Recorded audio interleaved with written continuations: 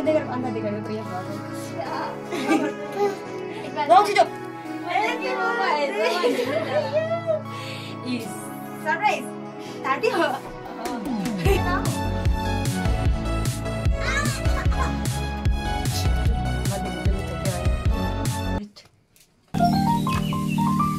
Hello सेवारो सेवान्नी फ्याफुलो नमस्ते सबैजनालाई फेरि पनि मेरो नयाँ ब्लगमा तपाईहरुलाई स्वागत छ। आजको ब्लग चाहिँ स्पेशल छ है।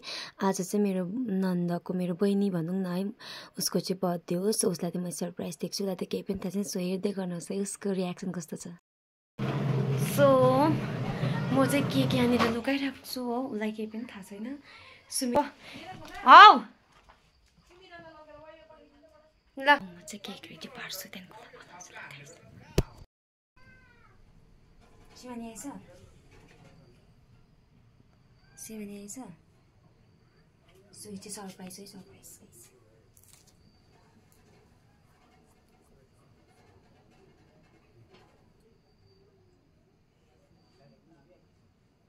के गर्नु सक्यो यति त गर्न सक्छु नि म।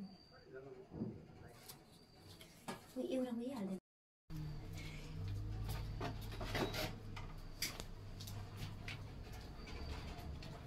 ओइ लाइट निभान, लाइट दिएको ए ढुकढुक मेरो पो मुटु ढुकढुक ढुकढुक भयो त। अन्त छुरी हेरिराखेँ त्यहाँ कहाँ छ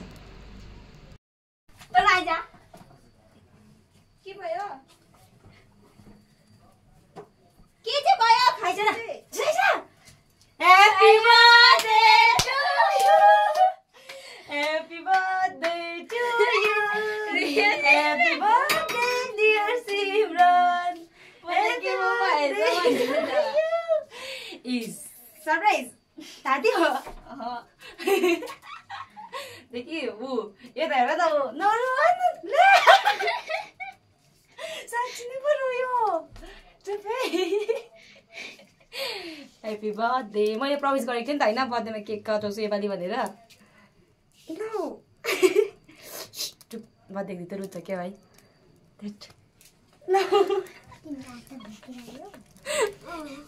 बिद्याउ न यहाँ रुन्चीलाई रुँदै गरेको अन्त देखायो त यहाँ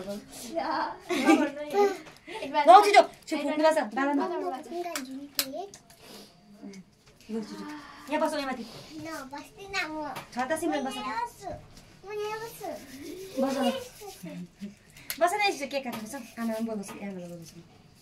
जाँदा birthday to you happy birthday dear Simran नाना ह्यापी बर्थडे निमेन हौ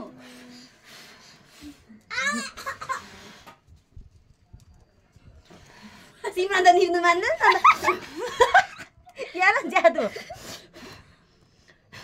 निप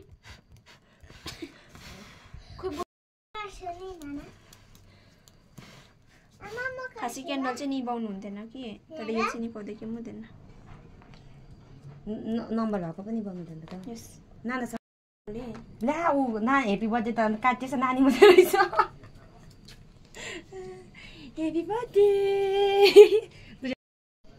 ह्याप्पी बर्थडे ह्याप्पी लु काट काट बलिहाल्दो रहेछ यो काट न यसरी काट्नुपर्छ। ए लु लु म खाइदिन्छु ल है आमा त होइन अब नानालाई खुवाइदिन्छु ल छोरै। ह्याप्पी बर्थडे है खुवाइदिएर